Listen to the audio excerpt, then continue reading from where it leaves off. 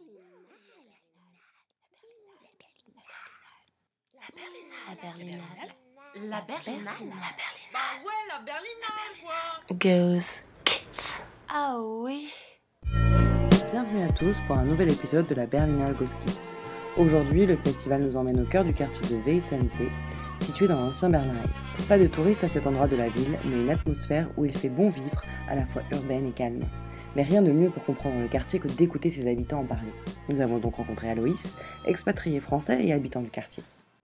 Alors, tout d'abord, c'est un quartier familial qui est vraiment en contraste avec le reste de la ville. C'est un petit peu excentré sans trop l'être parce qu'il y a le tramway qui passe à côté. Et à Berlin, c'est une ville riche, très très riche tout simplement, qui a beaucoup de choses à raconter.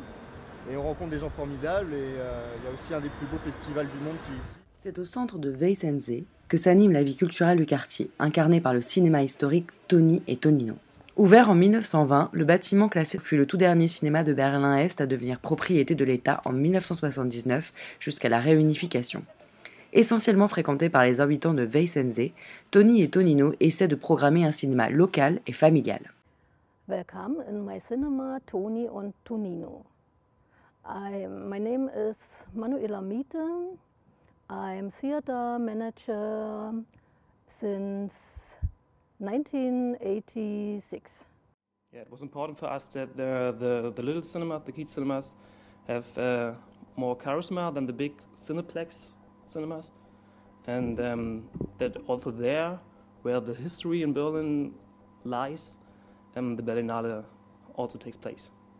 Wir haben uns gewünscht, wieder Filme aus der Perspektive deutsches Kino oder eben überhaupt deutsche Filme oder maximal europäische Filme zeigen zu dürfen. Und das passt super hier in dieses Kino, weil wir keine amerikanischen Filme zeigen. Il semblait donc évident que le tapis rouge volant de la Berlinale Goes Kids se pose devant le Toni et Tonino pour projeter le film français Jack et la mécanique du cœur, co-réalisé par Matthias Malzieu et Stéphane Berla.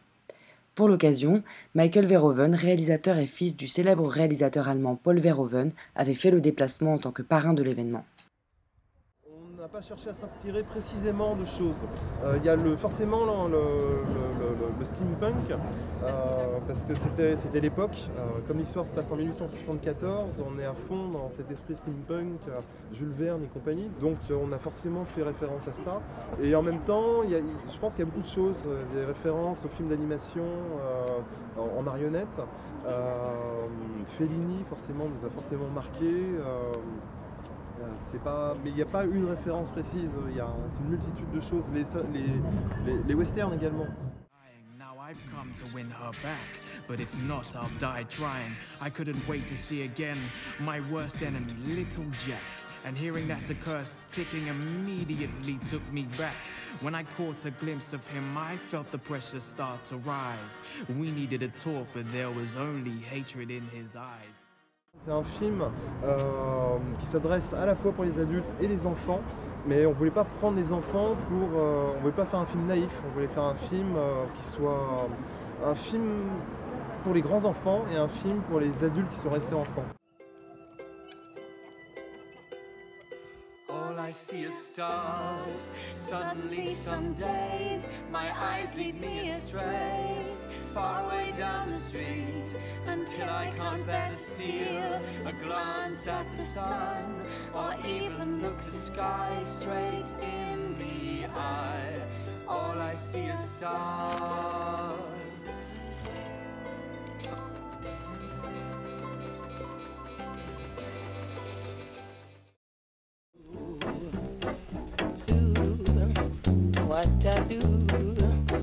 What I do, da da do, da da do.